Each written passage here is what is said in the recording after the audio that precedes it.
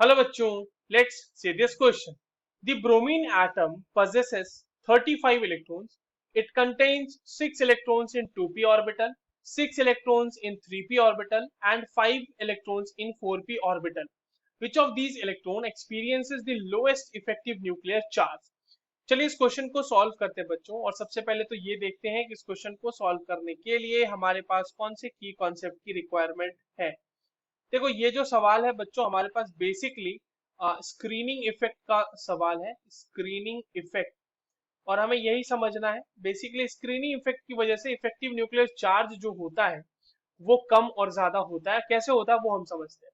देखिए bromine atom के बारे में कहा जा रहा है, लेट्स से कि ये न्यूक्लियस है और ये उसका 2p ऑर्बिटल है, ये उसका 3p ऑर्बिटल है और ये उसका 4p ऑर्बिटल है। ठीक है, ऑब्वियसली साइज बड़ा होते जाएगा धीरे धीरे। 2p 3p and 4p। अब देखो बच्चों ये कहा जा रहा है कि 2p में इसके पास 6 इलेक्ट्रॉन्स है। इसके पास कितने इलेक्ट्रॉन है यहाँ पे?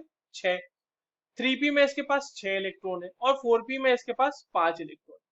अब बात को समझना, अगर हम स्क्रीनिंग इफेक्ट की बात करें या जेड इफेक्टिव की बात करें, देखिए Z effective is equals to क्या होता है? Z minus sigma, where sigma is screening constant. ठीक है, स्क्रीनिंग कांस्टेंट। और ये जो होता है ये डायरेक्टली डिपेंड करता है, directly depends on number of electron, depends on number of electron in inner shells. Inner shells में कितने इलेक्ट्रॉन है उसके ऊपर डिपेंड करता है स्क्रीनिंग कांस्टेंट।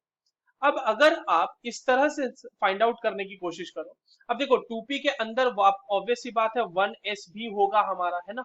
ये हमारा 1s है और 1s के पास कितने इलेक्ट्रॉन होंगे बच्चों? 2। ठीक है, 1s, उसके बाद 2s 2p, उसके बाद 3s 3p और उसके पास 3p मतलब 4s 4p, इस तरह से है। अब आप एक चीज समझिए कि 2p के ऊपर लगने वाला जो न्यूक्लियस का चार्ज होगा या जो न्यूक्लियस इसको खींच रहा होगा जिससे, उसको स्क्रीन करने के लिए तो सिर्फ दो 1s के इलेक्ट्रॉन्स मौजूद हैं। बट अगर आप 3p पे देखें तो मैं इसको थोड़ा सा इस तरह से ड्रॉ कर देता हूं। तो 3p को जब ये खींच रहा होगा इलेक्ट्रॉन न्यूक्लियस अपनी तरफ, तो उसको स्क्रीन करने के लिए फर्स्ट ऑर्बिट और सेकेंड ऑर्बिट दोनों के इलेक्ट्रॉन्स होंगे। सिमिलरली 3p जो है वो 4p को शील्ड कर रहा होगा इस तरह से। ठीक है, 4p को जब खींच रहा होगा न्यूक्लियस अपनी तरफ, तो हम ये देख पा रहे हैं कि जैसे जैसे हम आगे बढ़ते जा रहे हैं स्क्रीनिंग और ज्यादा बढ़ती जा रही है। तो अगर स्क्रीनिंग बढ़ रही है यानी स्क्रीनिंग कांस्टेंट बढ़ रहा होगा तो जेड इफेक्टिव की वैल्यू तो कम होगी ना बच्चों।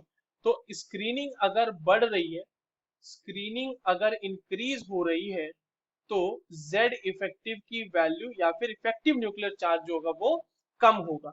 तो हमसे अगर पूछा जाए कि 2p 3p और 4p में सबसे ज्यादा स्क्रीनिंग किसके लिए है, तो 4p के लिए होगी। तो सबसे ज्यादा lowest effective nuclear charge experience कौन करेगा? 4p ही करेगा। तो maximum maximum screening maximum screening is for is for 4p is for electrons of 4p, therefore it will experience